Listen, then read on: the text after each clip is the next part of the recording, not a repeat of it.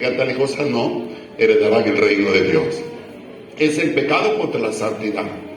Pero el pecado contra la autoridad es rebelarse contra el mismo Dios. Porque es rebelarse contra el diseño establecido por Dios. Ay, papá, esto es fuerte. Y dice Wiseman en su libro, Cómo ejercer autoridad, que dice que muchos cristianos viven con la doctrina con Dios y los principios con el diablo.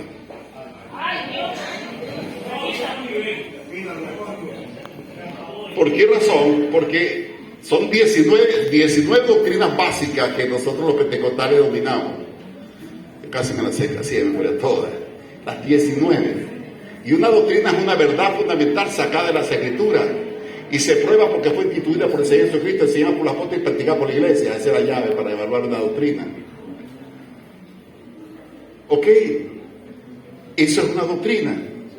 Y se le da fundamento. Y es el referente para resguardarme de cualquier corriente extraña.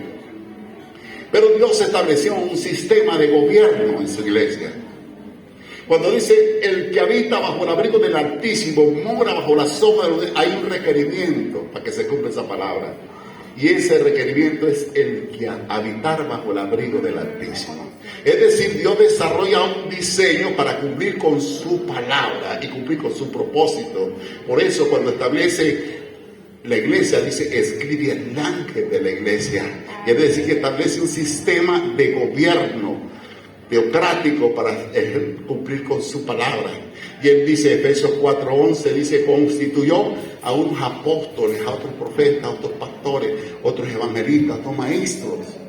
Dice, para perfeccionar a los santos, para alcanzar la unidad, para que el vínculo perfecto del amor, para que no sean llevados por aire de doctrina, para que crezcamos hasta la estatura del varón perfecto, o sea, los 5 ministerios, para cumplir un propósito de formación y edificación del cuerpo de Cristo Jesús. Nada de jerarquías, nada. Aquí no habla de chapeo ni jerarquía, habla de oficios. Pablo está, aleluya. Pablo decía, Pablo, apóstol de Jesucristo por su gracia. Mi nombre es Pablo, mi oficio es ser apóstol y lo que hago es por la gracia de Dios. Aleluya, alábalo, alábalo.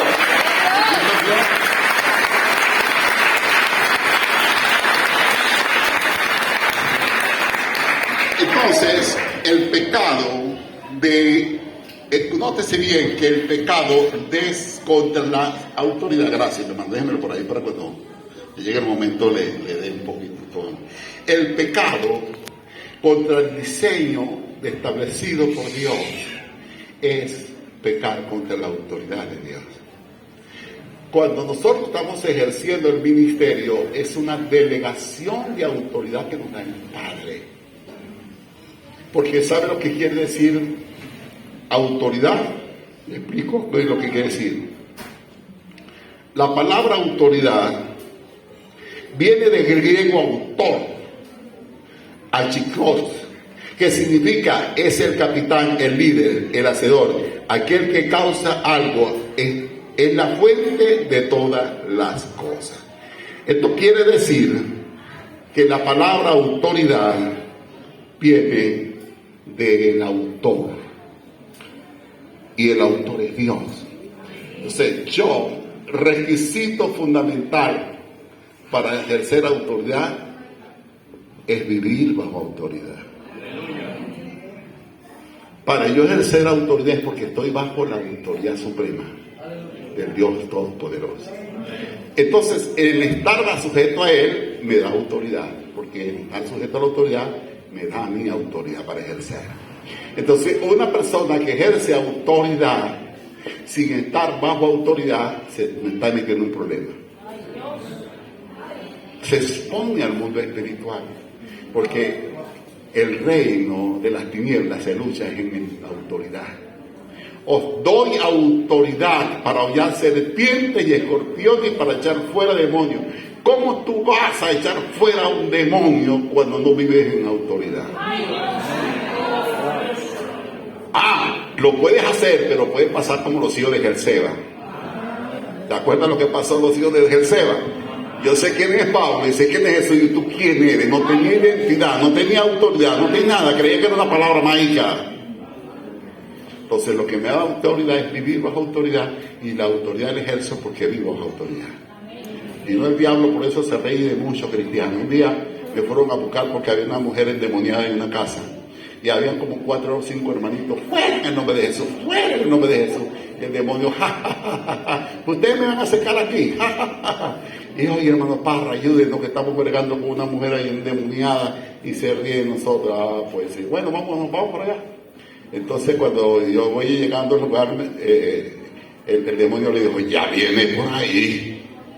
Así, entonces cuando llegué al lugar, me dijo, yo sabía que venía por ahí. Ya sabía, entonces que va fuera en el nombre de Jesús. La persona fue libre, hermano, Dios me lo bendiga. Hasta luego.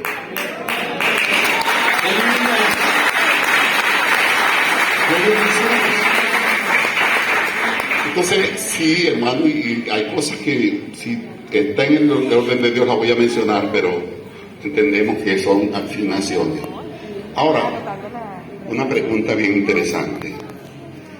¿Quién es la máxima autoridad en la iglesia?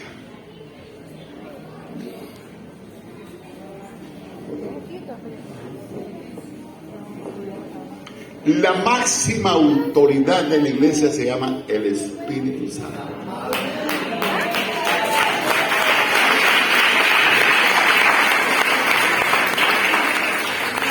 Esta parte, tal vez me voy adelantando a los hechos, voy a terminar del concepto de lo que es el pecado contra la santidad y pecado contra la lealtad, ¿te acuerdas? Entonces, el pecado contra la santidad es pecar contra el cuerpo, pecado contra la autoridad es pecar contra lo establecido por Dios, que es su diseño. Y los 5 ministerios son no jerarquía, sino para ejercer gobierno y dirección al cuerpo de Cristo. Pero hay 2 escenarios para entender estos pecados que yo esto lo voy a hablar. Uno es la historia de Moisés y la historia de David. Desde nuestra apreciación, desde mi punto de vista, pareciera ser que tuvo mejor testimonio para mí Moisés que David. Pero Moisés fue destituido.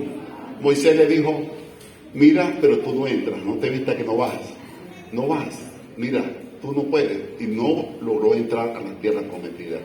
Y Moisés fue destituido, no cumplió. Vio la gracia de Dios, pero Dios lo llevó a su presencia, pero no cumplió el propósito de Dios. Pero aparte de eso, no una continuidad generacional.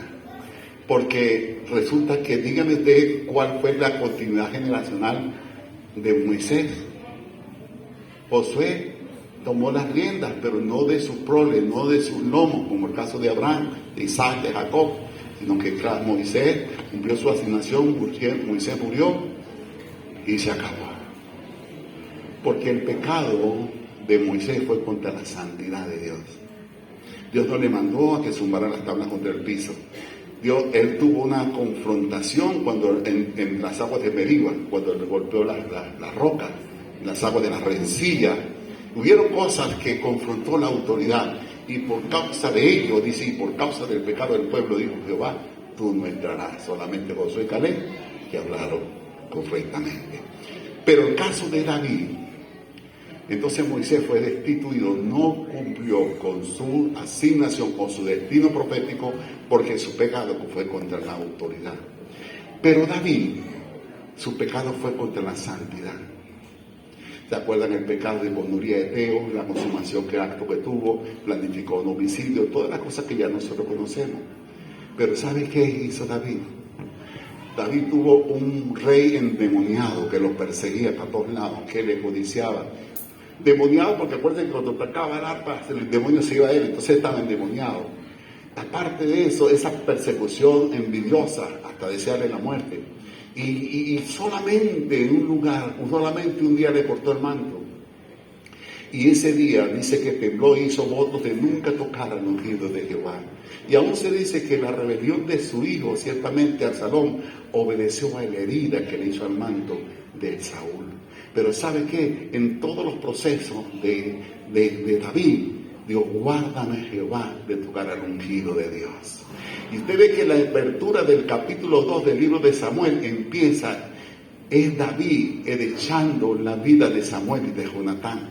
Le hace un poema, una recitación, le hace honores, a pesar de que no lo merecían. Le hace una cantidad y no señala sus defectos, hace alarde de sus virtudes y le honró. Es decir, y el día que vinieron a traerle las noticias para congraciarse con él, que habían matado a Saúl, su enemigo, el que le trajo la noticia lo mandó a matar porque dijo: no tuviste temor de Dios contra el ungido de Jehová.